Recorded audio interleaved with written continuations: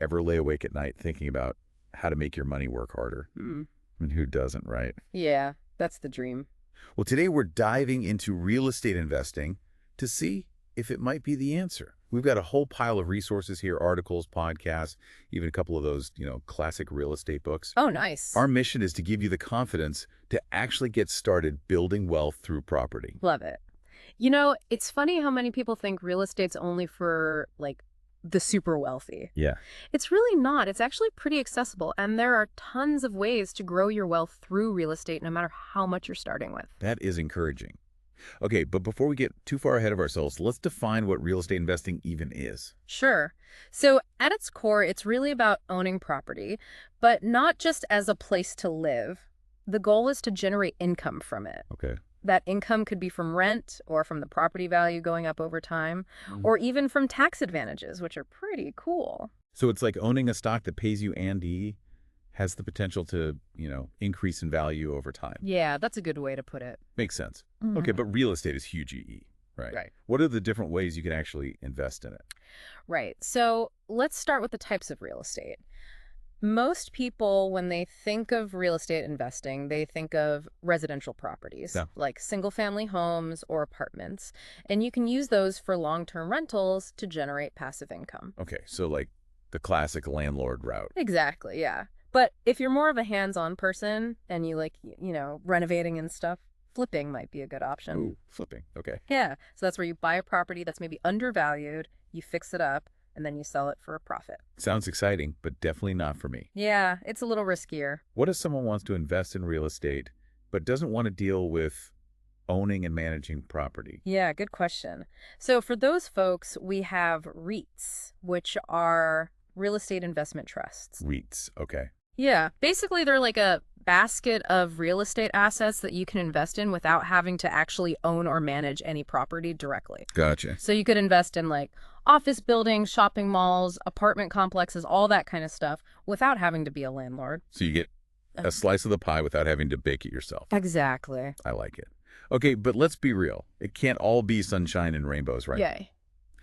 What are some of the downsides, the risks of real estate investing? Yeah, so you're right. No investment is perfect.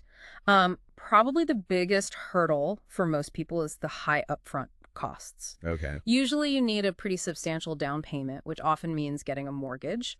And like any investment, the market can fluctuate. Just because values have been going up doesn't mean they always will. Yeah, that's a good reminder that there are no guarantees. What other potential pitfalls should we be aware of? Yeah, so don't underestimate the responsibility and the costs of owning property. I mean, you have maintenance, repairs, property taxes, Yeah. insurance. All of that can really eat into your profits if you're not careful. And then if you're dealing with rentals, you also have to find and manage tenants, Right, yeah. which can be a lot of work, and there's vacancies to deal with and all sorts of issues that can come up. So you're basically saying it's not passive income. It can be mostly passive, but it's not completely hands-off. Got it. Okay, so we've got a good overview of what real estate investing is, the good, the bad, all that. But let's get practical. Where do you even begin? Right. Well, like any venture, it all starts with a plan. Okay. And the foundation of that plan is understanding your goals and, of course, your budget. So like vision boards with beach houses and passive income streams. Huh. Well, visualization can be helpful, Okay. but it's super important to get specific. Like, what are you actually trying to achieve? Okay. Are you looking for rental income to supplement your current earnings? Are you aiming for long-term wealth? And once you know your goals, you need to figure out, realistically, how much you can actually invest without putting yourself in a risky position. Right. No dream house is worth going bankrupt over. Okay, so you've got your goals, you've got your budget figured out. What's next? Next is choosing your market. That's one of the most crucial decisions you'll make. Oh, okay. You need to understand the local market dynamics. Is the economy strong? Is the job market growing? Is there demand for housing in that area? So this is where location comes in. Exactly. You got to be strategic about where you invest. But why is it so important? Well, imagine you're trying to plant a cactus in a rainforest. Not going to do well. Exactly. It's Right. not going to thrive. Same goes for real estate. If you invest in an area that's declining, With high vacancy rates, you're not going to see the same returns as you would in a vibrant area with strong demand. Okay, I get it. So how do you choose the right market? Are there tools like websites or something? Oh, absolutely. There are tons of resources available. Online platforms like Zillow and Redfin are a good place to start. They can give you an idea of property values, recent sales data, even neighborhood demographics. You can also check out local economic reports, job growth statistics. You can even attend community meetings to see what's happening in the area. Sounds like there's a whole science to market research. There is. But let's say you found a promising location.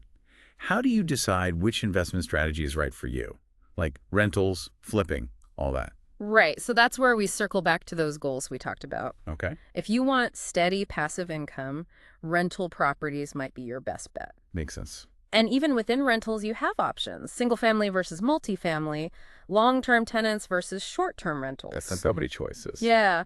And flipping, like we talked about earlier, can be really lucrative, but it's definitely not for everyone. It takes a certain type of personality and it can be quite risky. Yeah, not for me. Right.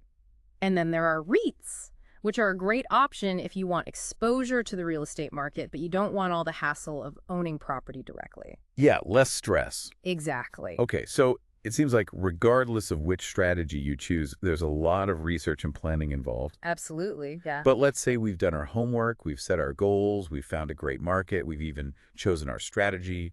What's the next hurdle? Next, we got to talk about money. Financing is key in real estate. Okay, this is getting serious now. Yeah, real estate's a big investment. So while you could use cash if you have it, most people need to get some sort of financing. Right, makes sense. The most common way is to get a mortgage, just like you would when you buy your primary residence. So same process, different type of property. Exactly, but there are other options too, like if you're flipping a property and you need the money fast, you might look into a hard money loan. A hard money loan. Yeah, they usually have higher interest rates, but they're faster and more flexible. Oh, okay, so like a short-term solution. Right. You could also look into private lenders, or if you have a lot of savings, you could use cash, which can give you an advantage when you're negotiating. Yeah, cash is king, right? Exactly. But no matter how you're financing it, it's super important to understand your own finances first. Okay. Things like your credit score, your debt-to-income ratio, all of that really matters when you're getting a loan. It's like you need to get your financial house in order before you can even think about buying an actual house. Ah, exactly. Okay, so let's say we've got our financing figured out, we've got a pre-approval letter and everything. What's next? Now comes the fun part, the property hunt. Okay, so do we just start driving around neighborhoods looking for sale signs? You could, but these days, technology makes it a lot easier. You can use websites like Zillow, Redfin, Realtor.com. You can set your criteria and get notified when properties that match what you're looking for hit the market. It's like a digital real estate matchmaker. Exactly. But I bet working with a real estate agent is still a good idea, right? Especially if you're new to all this. Oh, absolutely. A good agent can be invaluable. Okay, good to know. They have access to listings that you might not see online. They know the local market really well, and they can help you with all the negotiating and paperwork. So they're like our real estate Sherpa guiding us through the, treacherous terrain of buying a property. I like that. Okay, so we found some potential properties, whether it's through our agent or online or whatever. Now, how do we know if a property is actually a good investment? Ah, good question. That's where we put on our analytical hats and start crunching some numbers. Okay, numbers. Here we go. One of the most important things to look at is cash flow. Basically, you're projecting how much rental income the property could generate and then subtracting all the expenses. So you mean like the mortgage payments, property taxes, all of that? Exactly, all of that. And you also need to factor in things like maintenance and potential vacancy costs. So it's like making sure the property is actually going to put money in your pocket and not drain your bank account. Right, you want to have positive cash flow. Another key metric is something called the capitalization rate, or cap rate for short. Cap rate. Okay. Math time. What is that? Don't worry, it's not too complicated. It basically tells you how profitable a property is compared to its market value. Okay. So a higher cap rate generally means a better investment. Gotcha. So are there any other numbers we should be looking at? Yeah, the return on investment, or ROI, is important too. That tells you the overall profitability of the investment over the long term. Okay, so it's like how much bang for your buck you're getting. Exactly. But don't forget about the less tangible stuff too. Like what? Things like the condition of the property, the neighborhood, the potential for the property value to increase in the future. Right, right. It's not all about the numbers, but the numbers definitely matter. It sounds like a delicate balance.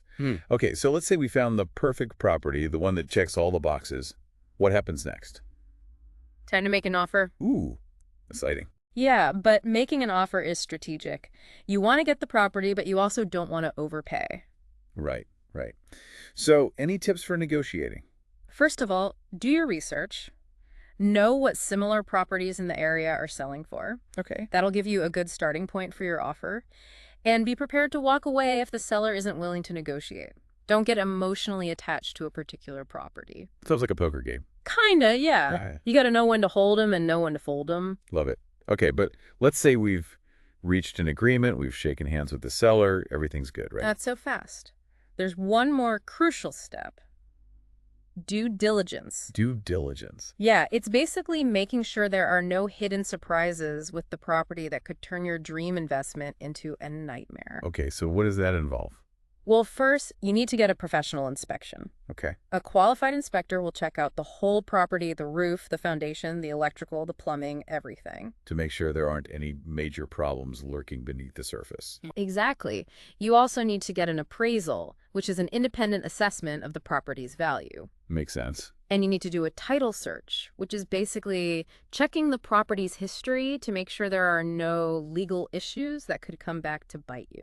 Okay, so it's like doing a background check on the property.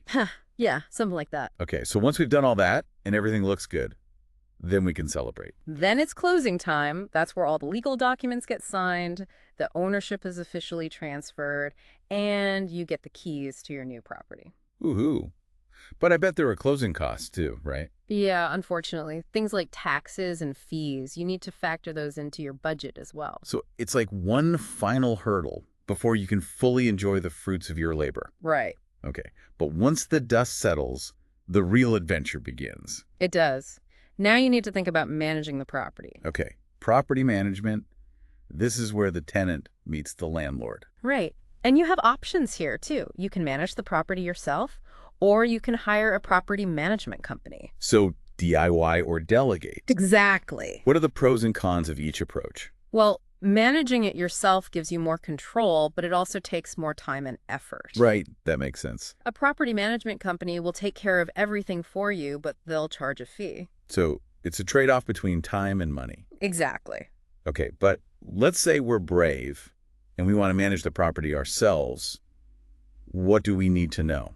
The most important thing is finding good tenants. Okay, good tenants. How do you do that? Careful tenant screening is key. You want to do background checks, verify their employment and income, check their references from previous landlords, all of that. So it's like a job interview for your tenants. Pretty much, yeah. Yeah. You want to make sure they're reliable and trustworthy. Makes sense. But once you find those perfect tenants, your job is done, right? Not quite. You still have to deal with property maintenance. Things like landscaping, cleaning, repairs, all that fun stuff. Feels like a lot to keep track of. It can be.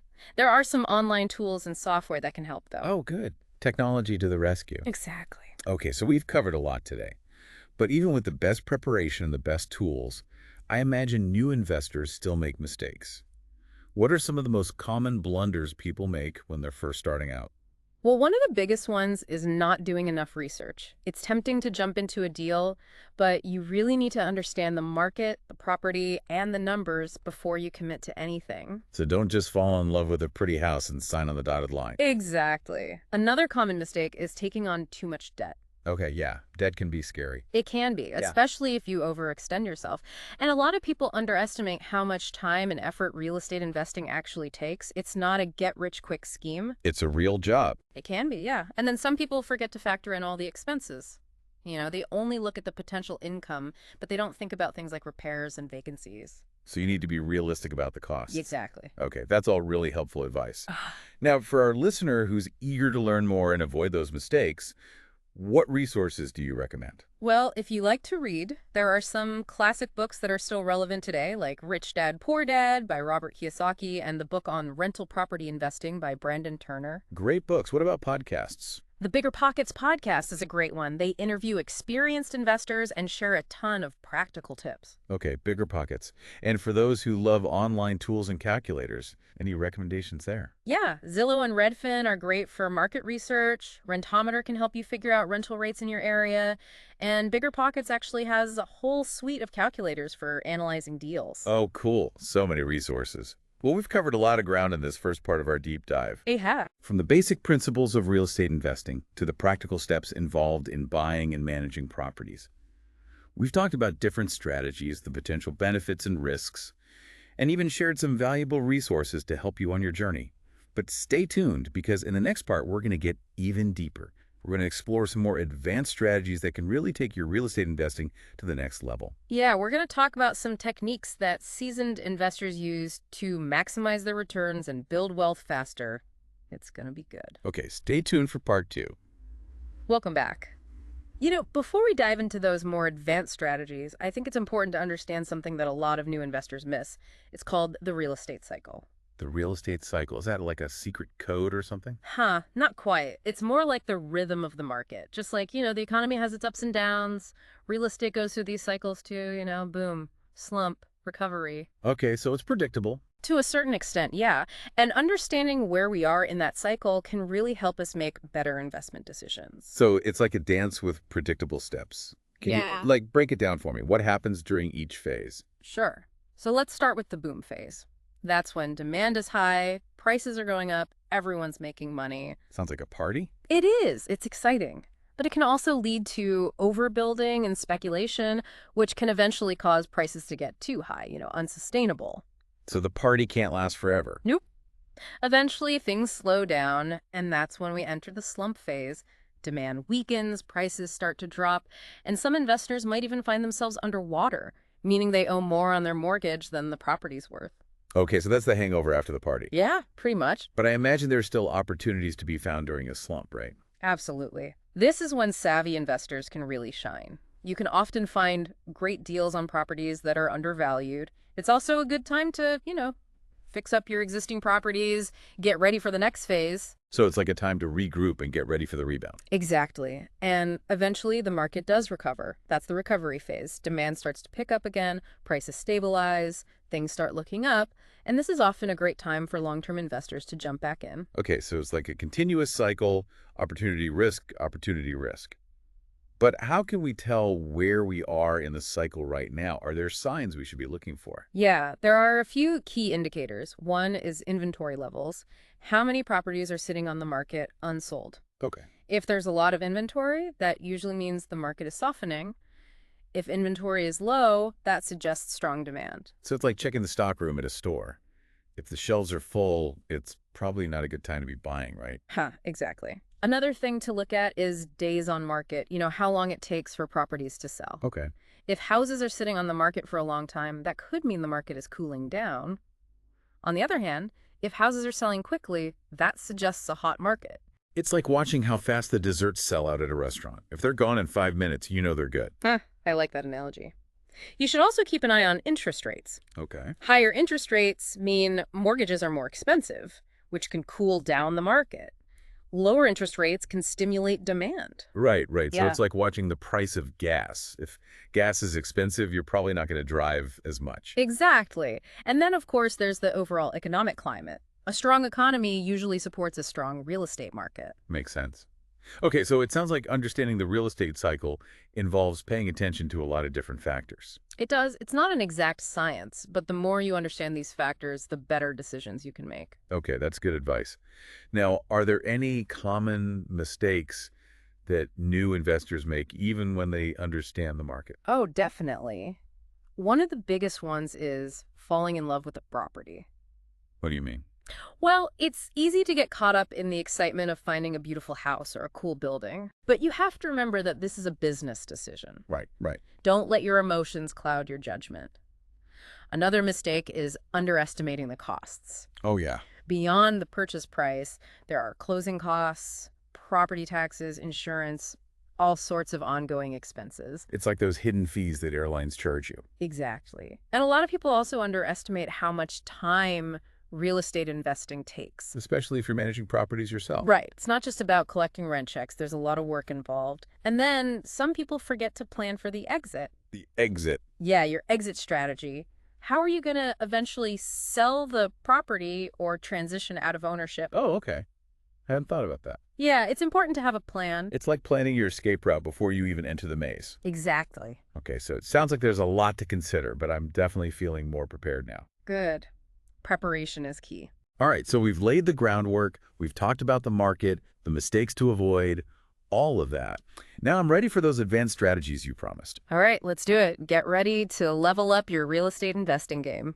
All right, welcome back to the deep dive. We've made it to the final part, and I'm ready to unlock these advanced strategies that you've been teasing. All right, let's do it. We're going to explore some techniques that can really amplify your returns.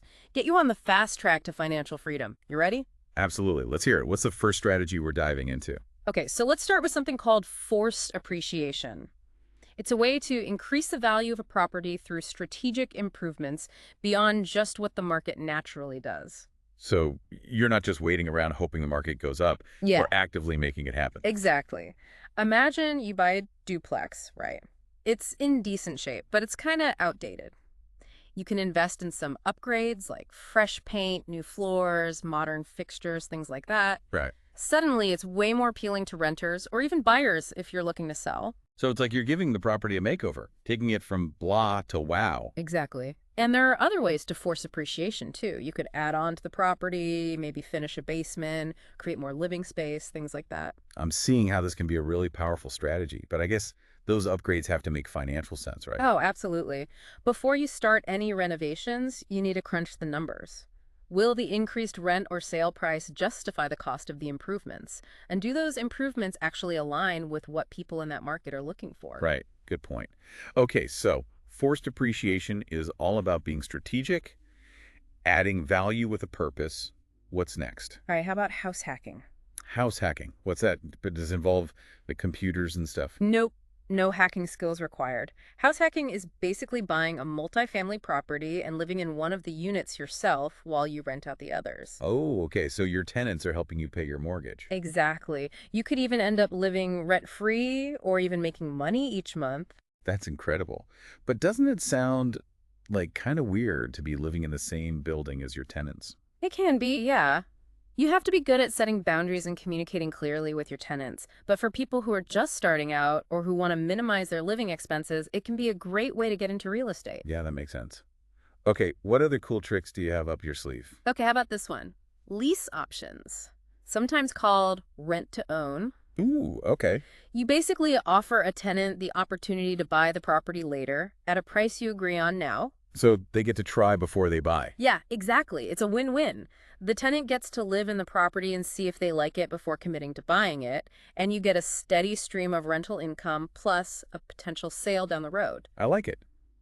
But I bet those agreements can get complicated, right? Yeah, you definitely want to have a lawyer look over any lease option agreement to make sure everything's legal and protects both parties. Okay, ready for another one? Hit me with it. The BRRR method. The what method? BRRRR. It stands for buy, rehab, rent, refinance, repeat. Okay, that's a mouthful.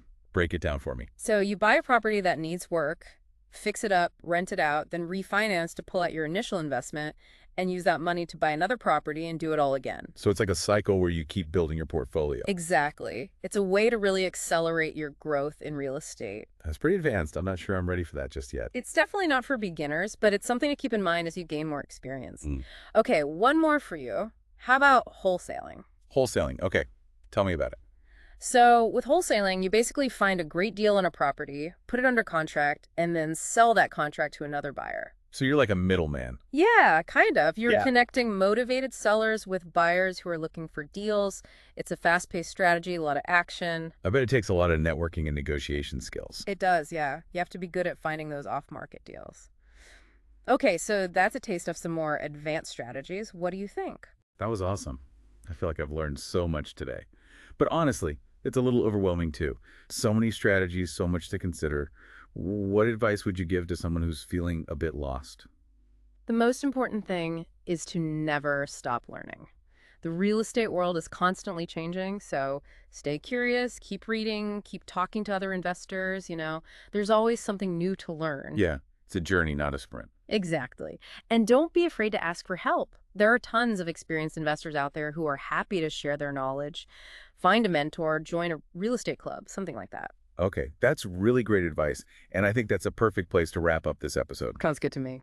We've covered a lot of ground today, from the basics of real estate investing to some pretty advanced strategies. Hopefully you're feeling inspired and empowered to take that next step on your real estate journey. Yeah, and remember, this isn't just about money. It's about creating a better future for yourself and your family, achieving financial freedom, building wealth, all of that. Absolutely. So until next time, happy investing, everyone.